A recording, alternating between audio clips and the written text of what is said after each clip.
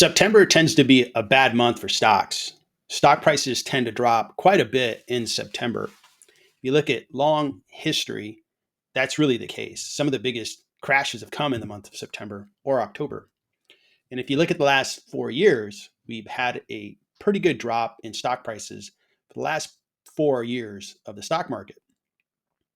We also have a big election coming. The election, I don't know who's going to win. It's a coin flip. But if one side or the other wins, I think certain investors will be happy and a number of investors will not be happy.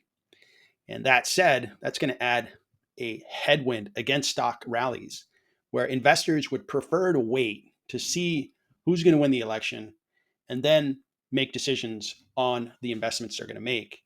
Maybe they want to take profits while taxes are where they are at. For all we know, taxes go up next year on long-term capital gains or even just ordinary gains on stocks. We don't know that. It's just one thing that I'm thinking about that I'm sure other investors are thinking. The outcome of this election is probably going to affect taxes on equities. So that's just a lot to process. And I think there's more concerns in the market than there are catalysts for growth. Generally, stocks are doing okay from a company profitability and cash flows, but they're not growing very well. Case in point, Apple's not growing at all. And that stock's really, really valuable. So as we see earnings, Adobe just announced this past week, and they mentioned that this fourth quarter is probably going to be light. Revenue isn't going to grow as well as they would like, and the stock went down close to 9%. That's an example of the expectation of investors is pretty high because the stock price is really high. Is that going to happen additionally with other stocks? Maybe. We don't have any big earnings coming up in September nor October. We really will have a lot of the earnings reports coming out in the month of November, right after the election. So November is going to be a pretty exciting month.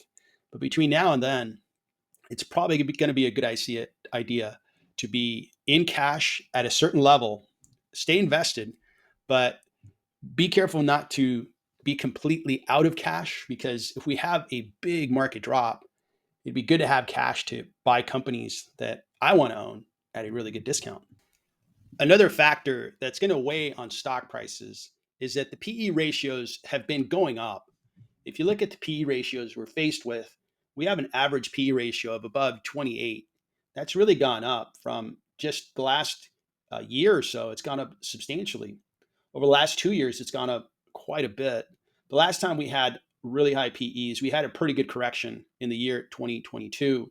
We're not quite where we were before that big correction, but you can see that the data shows that we have a high PE ratio that we're dealing with. Now, that won't cause a major correction, but it's just one more factor that I believe is going to weigh on stocks in late September and into October. A different way of looking at PEs is by looking at the 10-year average PE and seeing where it's moved historically. And even by that measure, we are in an expensive market if you measure the market based on PE ratios.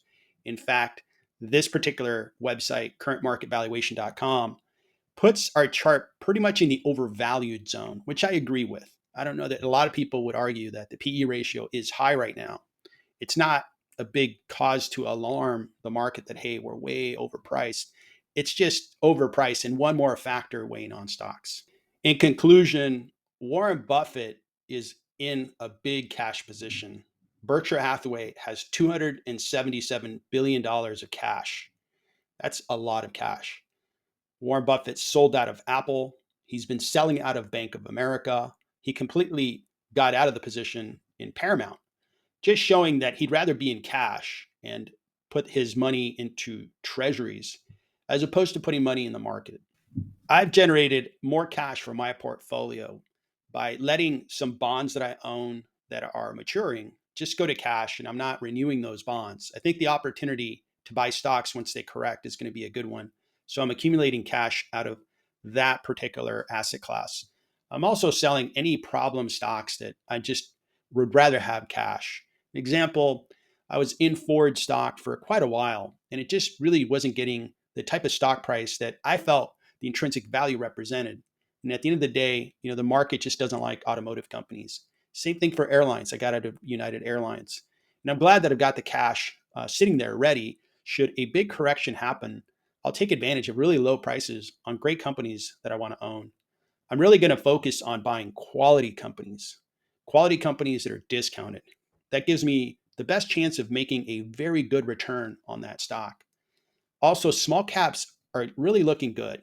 Now, when are they going to rally? I'm not quite sure. Over the last 2 years, they have really underperformed the market.